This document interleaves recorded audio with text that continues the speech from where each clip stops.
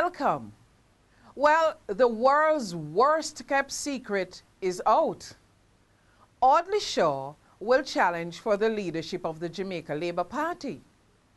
This challenge was conceived at least a year ago, and it was just a matter of time of when someone with national profile would step up to the table. Honest Labourites who are Christians and who believe in the resurrection are now witnesses to a real-life miracle. The JLP has risen from the dead. Honestly, the JLP had been dead since the general elections, and they appear to be in punishment in the parliament. It's almost as if they had become parliamentary backbenchers.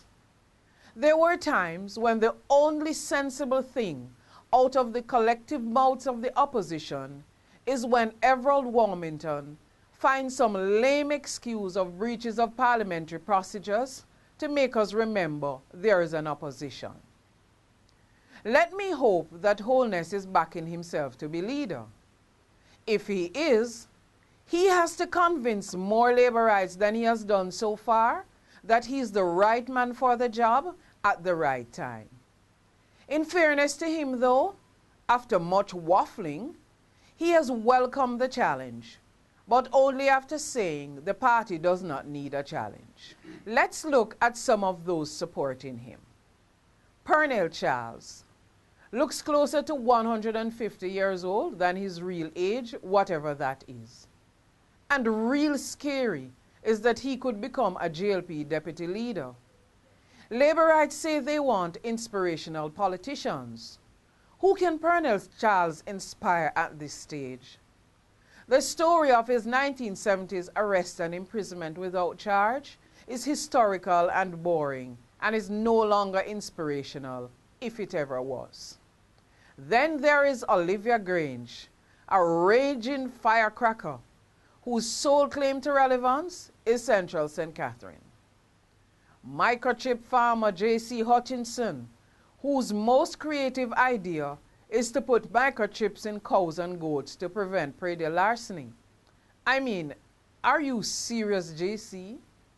All that will happen is that the animals will be dead with microchips in them. And just when that couldn't get worse, the PNP's Roger Clark agrees with him. Might as well he join the opposition too. Everald Warmington, well, the less said about him, the better. Shaina Robinson, who is yet to deliver a political speech that makes sense. No wonder she declined the deputy leader nomination. Wholeness's supporters are largely the old-style confrontationist politicians, the very ones the Labourites say they do not want. Whatever the outcome, the JLP has awakened from the dead, and that is very good for the party. They owe it to the 300,000 plus individuals who voted for them. Let the challenge begin, and may the best man win. Until next week, stay close to the edge.